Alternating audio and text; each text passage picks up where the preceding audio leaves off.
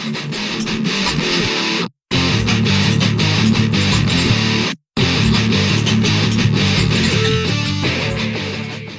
to the next part of my review of the 2016 Blood Bowl Almanac.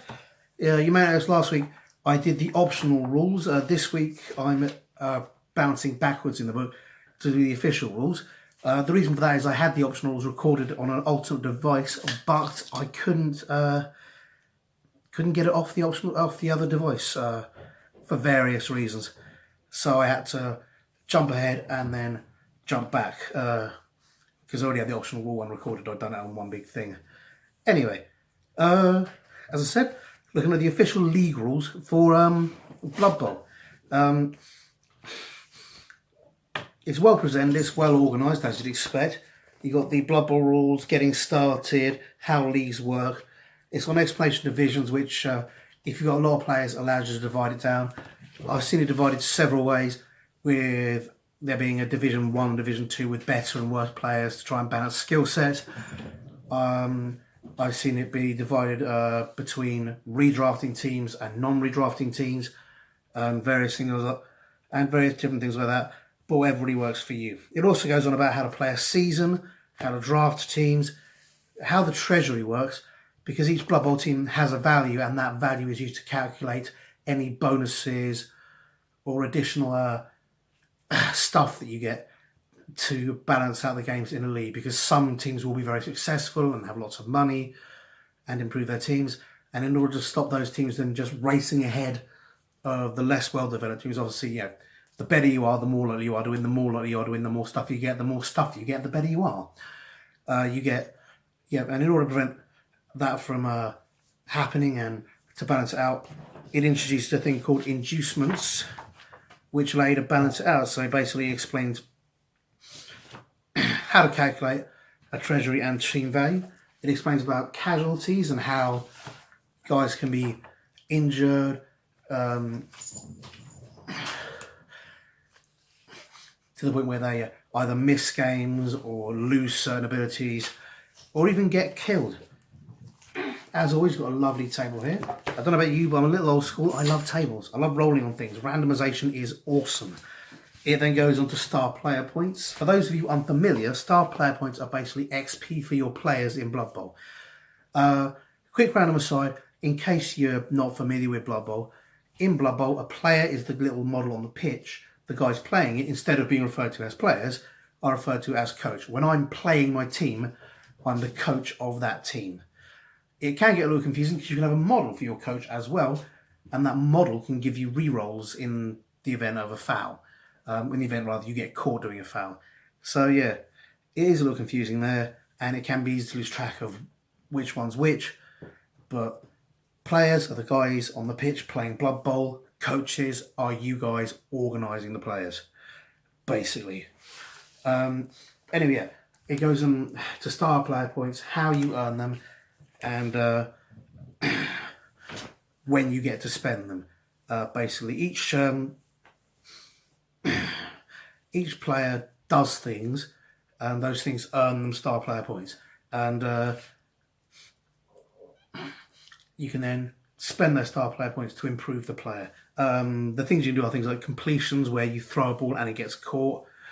The throwing player gets a star player point. You get touchdowns, interceptions, which is where you intercept somebody when throwing a ball. Casualties is when you call a casualty. Anything where somebody has to roll on the casualty table is a casualty. Most valuable player MVP is randomized.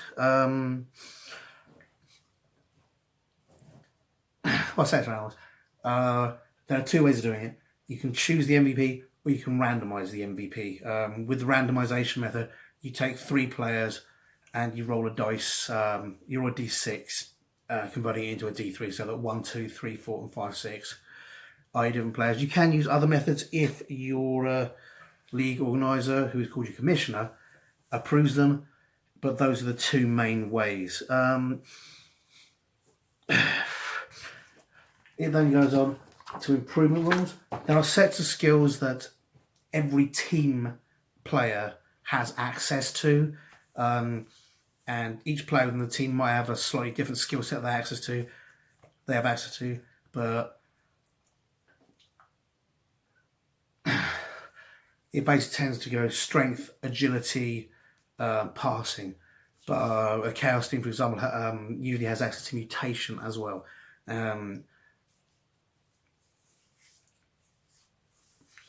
Elven teams tend to have access to more agility than they do strength. Usually, each player in a team will have access to 2, basically tables full of improvements they can access. If you roll a double, you get access to a 3rd table improvements, which gives you extra stuff that you wouldn't normally get a hold of. For example, I play elves. Elves usually have access to agility and passing. If I roll a double, they often get access to strength, which is good because elves don't usually make strength plays, and some of the strength abilities can be quite useful when combined with other abilities. If you get a 10, 11, or a 12 on rolling, you get access to extra agility, to extra points such as extra agility, extra movement, or extra strength, and that's the really cool stuff. Extra strength on an elf player can suddenly make it very dangerous. The reason these are randomized is to allow pretty much any combination to happen, even though some of the combinations are hideous and wouldn't normally happen. So it allows any combination, but keeps the hideous ones sufficiently rare to stop players just swamping the game with mega awesome combos. A lot of that is reflected in the philosophy of Blood Bowl, which is it's a crazy game where crazy things happen. Now, you've got another little table here which tells you exactly when you can spend star player points. When you get when you start off as a rookie with 0 star player points. When you get 6, you become experienced, you get to buy a skill. 16, you're a veteran, you get to buy another skill. 31 is emerging star. 51 is star. 76 is superstar.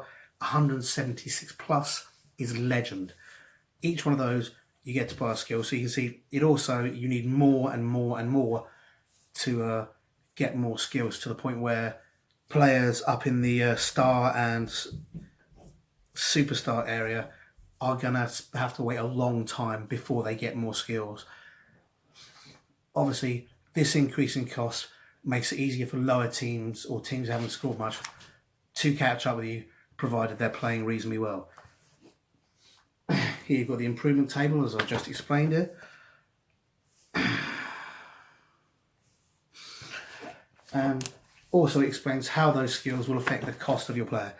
That links back to the treasury and team values, which allows you to work out and match the teams up evenly. Also, it links forward to if you're buying players or if you're redrafting players in a game, it tells you how much you need to play to get your old players back. It then runs through how to play league matches. Again, very simple, very easy, very well laid out. A lot of the bits you need, such as the general principles, are in boxes or on little tables. Yeah, going through the pre-match sequence there, going through, you've got a little thing called expense mistakes, which is designed to stop people hoarding money so that at the end of a season, they can spend a ton of that money and get random stuff and change up really quickly. The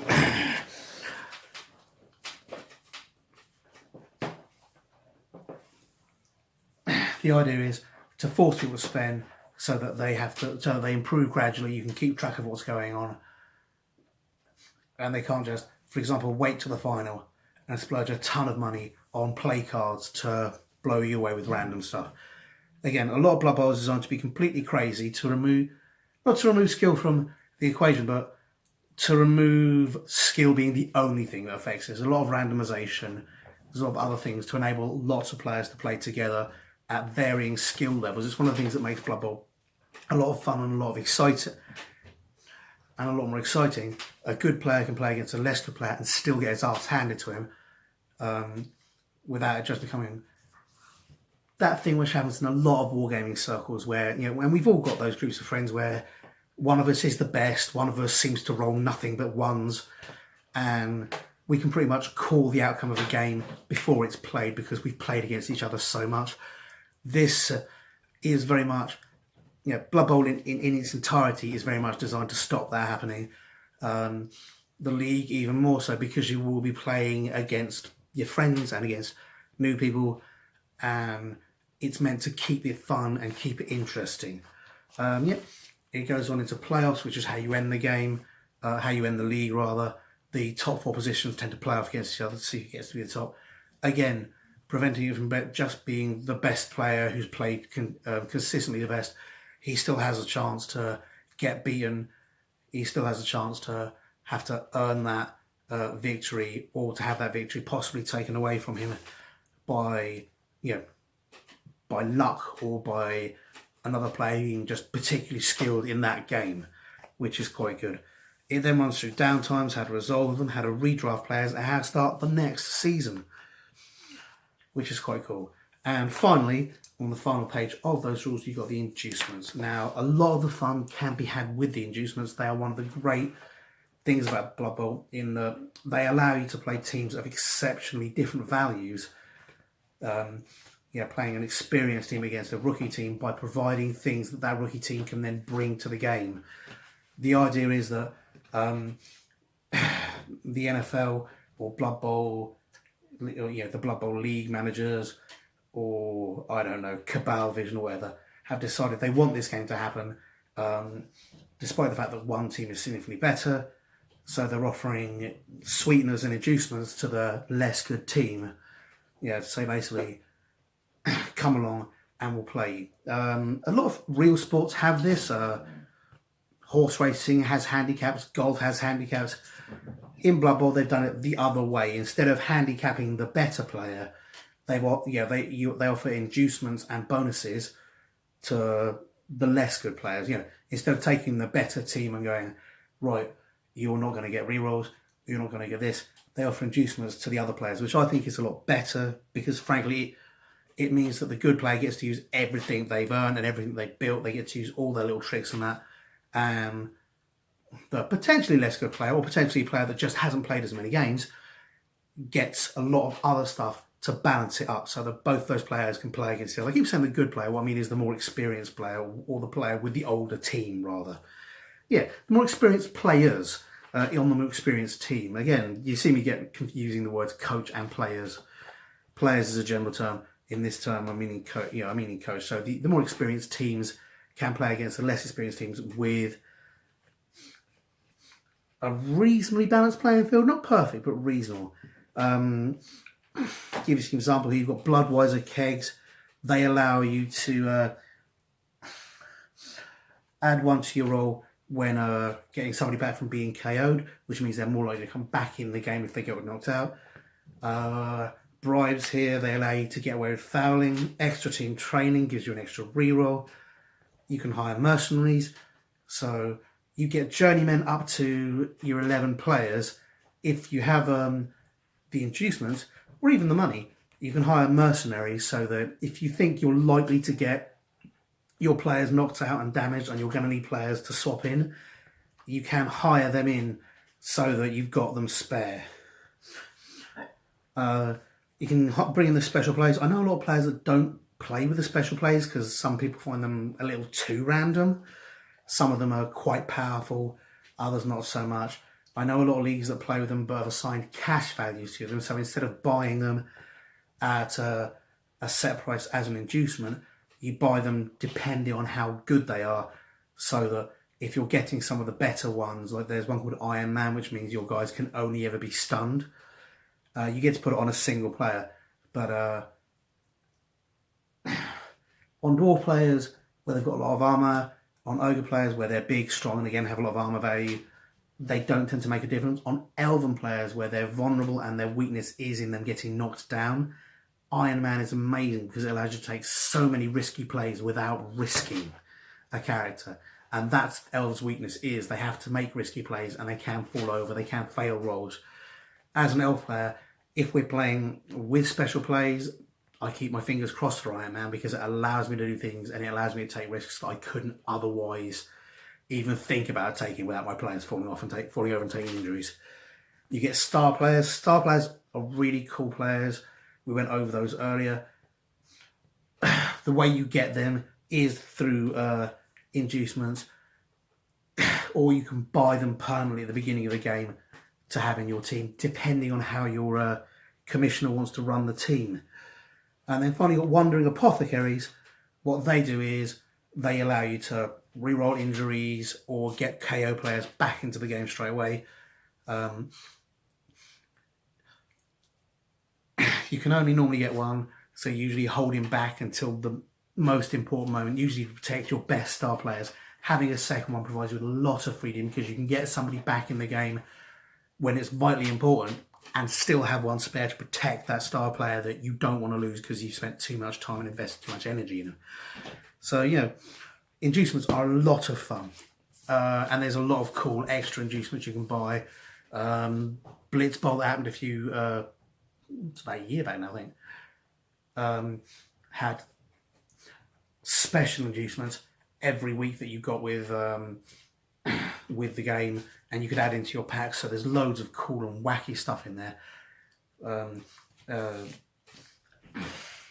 Those were they had special plays which were inducements. So there was loads of cool and wacky stuff in there, so you could add them to your special plays. So it makes the game a lot of fun.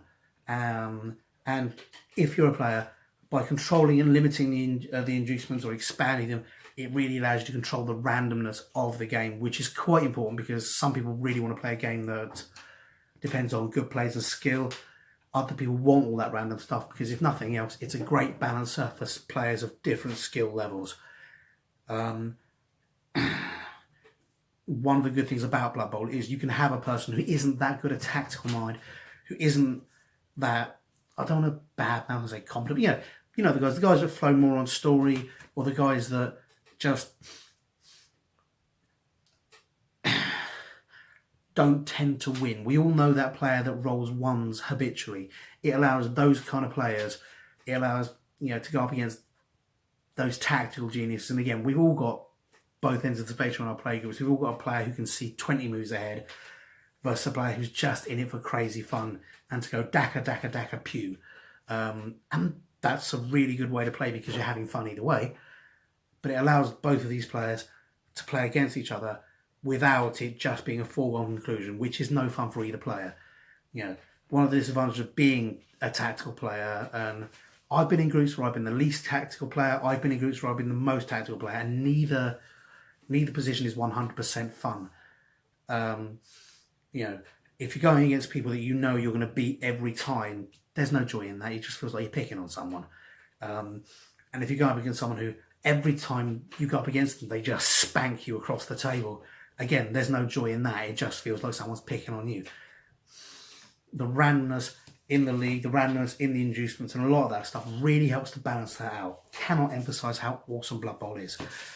I hope you guys will join me next week, where I'll be continuing to review the Blood Bowl 2016 Almanac, and if I'm lucky and can get down to my local store, which is a struggle sometimes, I'll hopefully be reviewing the 2018 one as well, a separate video but released on the same night.